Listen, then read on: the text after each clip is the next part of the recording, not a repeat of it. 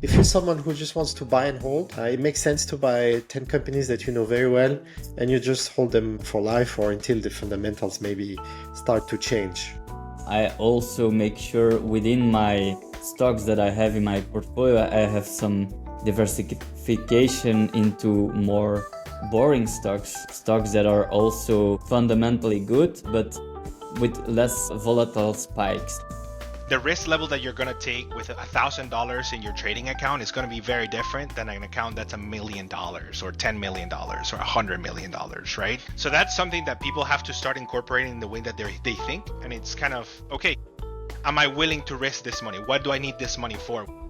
Welcome to the Market Buzz Deep Dive. Ever wonder how a solid long-term portfolio is built? In this episode, we'll reveal how top investors allocate risk, capital, and plan for long-term growth, ensuring investment can weather any storm. Make sure you stay for the whole episode because we're going to be breaking down risk analysis, we're going to be breaking down position sizing, and how we trade our own portfolios to make you some money. So make sure you watch the whole episode. And don't forget to hit that like and subscribe. All right.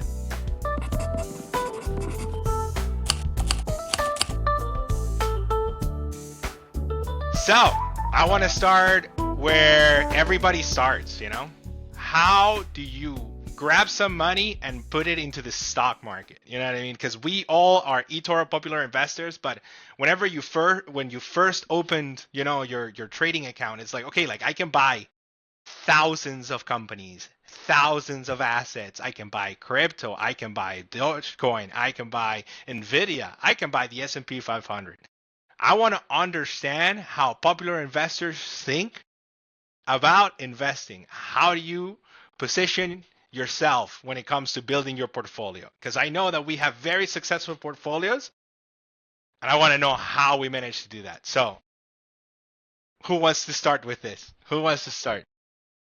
Yeah, I can go. Just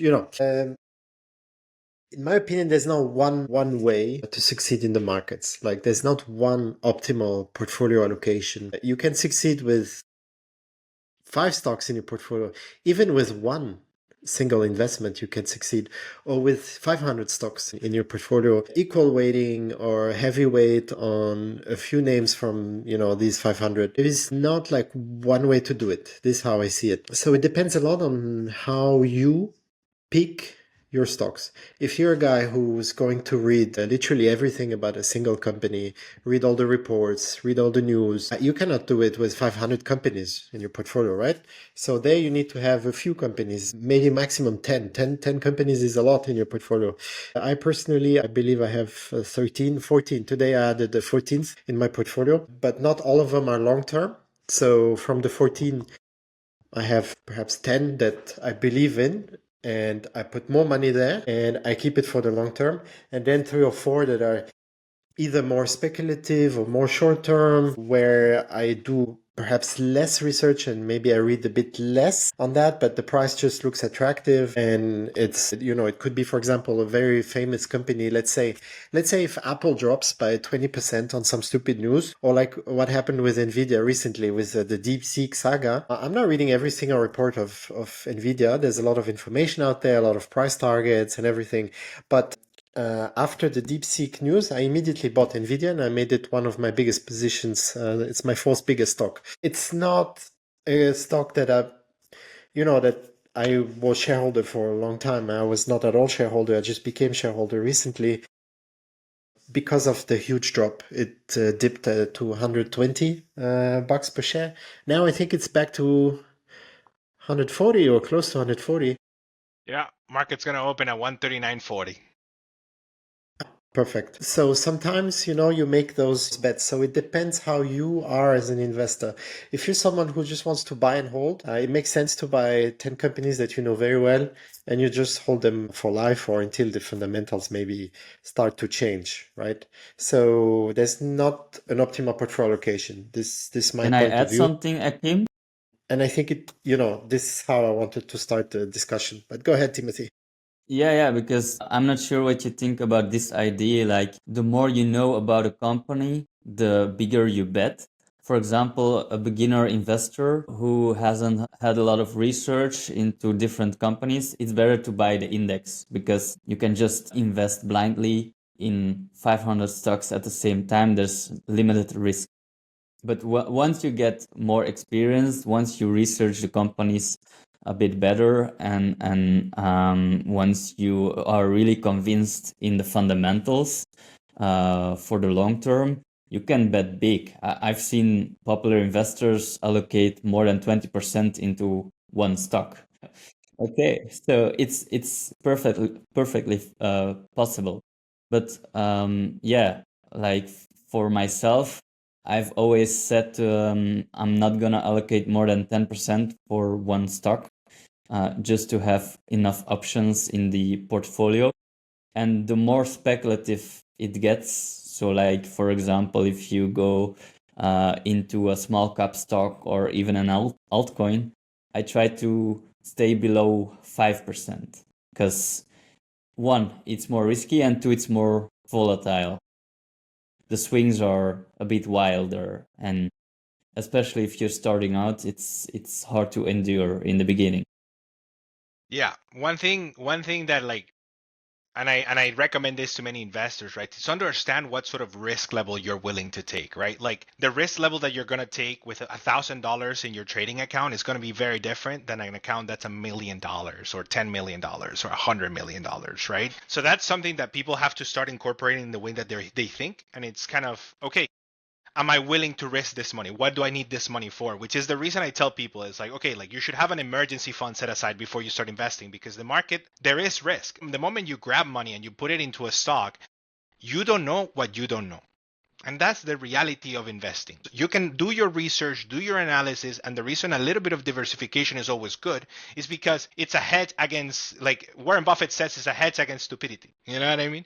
So it's because we don't know everything that is happening. For example, something like the DeepSeek saga that could ramble markets in such a way. If you were to have 100% of your portfolio, you're more likely to panic and freak out. So that's something we got to take into consideration is position sizing, but also portfolio size, right? Because if you only have $1,000 and it's your first $1,000, I'm okay with you going in one company with $1,000. And as that continues to grow, maybe start diversifying into other companies, other stuff. For me, for example, I used to be a guy that didn't go more than 5% in an investment. But all of a sudden, right, because that allows me to play the whole table, right? I'm playing many different companies that I'm paying attention to. And then all of a sudden you think, okay, what can I do in this case? Okay, Nvidia all of a sudden became a 5% to all of a sudden 50% of my portfolio. So what do I have to do in that case? It's like I still believe in the company. I'm still gonna want to have exposure to that company, but I downsize. And right now it's sitting around 20%, right? But companies like this, having that broad base allows you to then come in and say, okay, maybe this company might outperform this one or this one. But I agree with you, Akim. It's the fact that if you're new to the markets and you don't have time to pay attention, because what we do takes a lot of research, time, and understanding of the market. You know, I've been trading for over 5 years, like investing for over 5 years, overall started investing more than a decade, so it's like, it takes time to understand how the market behaves, how the volume comes in and out of a stock. This is something that is not easy. If stock picking was easy, everybody would be a millionaire, So Yeah. that's why if you don't have time, many people say, hey, buy the S&P 500, buy the NASDAQ if you want a little bit more risk, because you don't have to pay attention because you're betting on the whole market doing well. And that's okay. That's also a strategy that we have to take into consideration. So definitely something I want to touch, like I want to emphasize in this case is like I agree with Akim in investing. Whoever tells you that there's one side that fits all wants to steal your money. So don't do that. Everybody's different. Everybody has different rules, different objectives, and you have to understand that. As long as you understand that, you can make a lot of money in the markets, and the way that you look at one stock might not be the same risk appetite or level that Yes. other people do. You used really an interesting wording here. You used the words risk appetite. As we discussed, there's not one way to do it, but you as a person, you have one optimal way that you need to find. And to find your optimal way to invest, you need to understand yourself. And understanding yourself is also understanding your risk appetite, but also your risk tolerance, right? And also your risk capacity. So how much can you lose in the money you invest? You need to start from there. How much can you lose? Unfortunately, it sounds a little bit negative, but you need to be aware how much you're willing to risk. If you invest in crypto, you know that, even if you diversify in a bunch of cryptos, you could be down 90%. Even if you own 100 different cryptos, right? You're not really diversified because they follow similar movements. With stock, the story is different. If you're investing in the 11 sectors of the stock market, and you have, I don't know, the leaders of each sector, and then maybe the front runner of every sector, that's like 22 stocks. You're quite diversified, and probably you're not going to drop more than 30% in a very bad year. So you need to think also in these terms. The upside is also much different in crypto. You could do times 3, times 5, right? Your portfolio. While in those stocks, maybe in a good year, you do 20, 30% return. So you need to think about yourself. What do you need the money for? Is this money to be invested for the next 40 years for retirement? Or is this money more like casino money, right? If it's casino money and money that you really don't count on, and you're happy with your job, you have savings, you have guaranteed retirement, it makes sense to speculate with the money and, try to get rich quick. That makes sense. It's not something that I advocate for in any case, but it makes sense. So you need to understand yourself. This has to be the starting point. So in my case, I like to define myself as a macro investor. I try to see what I know and what my life experience is. So you need to reflect about yourself. In my case, I have maybe a similar story to Nestor. It's not the same countries where we lived, but I lived in several different countries, in Russia, in the US, in Morocco, Luxembourg. So I have kind of this view, I guess some kind of macro view. My family is also very mixed, where I understand what companies work in Morocco, what kind of companies work in the US, what kind of companies work in Russia, what consumers expect here and there and there. I worked also in different industries before working in investment funds. And so that allows me to have some kind of maybe a holistic view, a more macro view, and perhaps a bit less focused on the individual businesses like the traditional stock picker, right? So my way of creating my portfolio and keeping my portfolio is, I think, in terms of macro, which sectors will benefit the most this year from, a range of factors, interest rates and monetary and geopolitical relations, right? So I try to think in this way, and I'm like, okay, this year is going to be good for, in my opinion, good for crypto, is going to be good for AI infrastructure, and is also going to be good for fighting obesity, right? I think obesity is a big problem in a lot of countries. So I try to think in terms of this, which sectors will perform, and then in the respective sectors, I try to pick the best players, depending on a number of things, on their products or on their finances. In terms of crypto, on the projects, on the number of users using those cryptos on daily basis. So this is how I structure it, but that's because I understand who I am and myself, and I reflected on, on my past life, let's say, right? So you need to think about yourself, how you define yourself. This is how I see it. But for Timothy, I think it tells a lot that he's investing in both Microsoft and Dogecoin. That tells a lot about his personality. I What want to does know. that So tell you? How do you justify that? Well, one way or another, but it's tech. So my portfolio, as I am, is a bit more heavy into tech, and you'll find companies like the classic MAGA stocks, Google, Microsoft, Nvidia, Amazon, Facebook. And I also make sure within my stocks that I have in my portfolio, I have some diversification into more boring stocks like Louis Vuitton, stocks that are also fundamentally good, but with less volatile spikes. I'm not sure if I have it anymore in my portfolio because it switches a lot, but like PepsiCo, for example, are stocks I love. These companies, they will grow, but not grow 40% a year. They might grow 10% a year and could be more recession proof if a recession happens. You know what I mean, Akim? Like you're trying Absolutely. to predict maybe a bit with your portfolio the macro.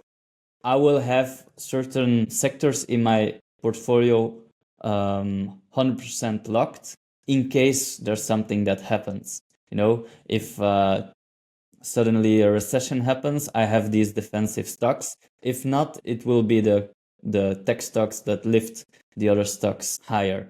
And then I have crypto, which I try to limit to 20 to 25% in my portfolio. I try not to go beyond that percentage because I think investing in stocks, for me, investing in stocks is long term. My stop loss is the financial balance sheet. But that means if the company is having poor earnings consistently, the fundamentals might be changing. But for crypto, I will cut loss if I see the trend is weakening or even turning into a downtrend. And since altcoins can drop 90% and then another 90% and then another 90%, you have to be sure, like, you have to get out before it's too late, or otherwise you're just a bag holder for 4 years. Yeah, there's definitely, I think, investments or asset classes in which if it comes down, you buy more because you know that the foundation is solid. And there are other asset classes that you run. Or there are even other asset classes that you assume you have lost the money because and this takes me to our next part, our next topic, our next segment, which is risk, understanding risk and how you analyze risk in every single position that you're taking.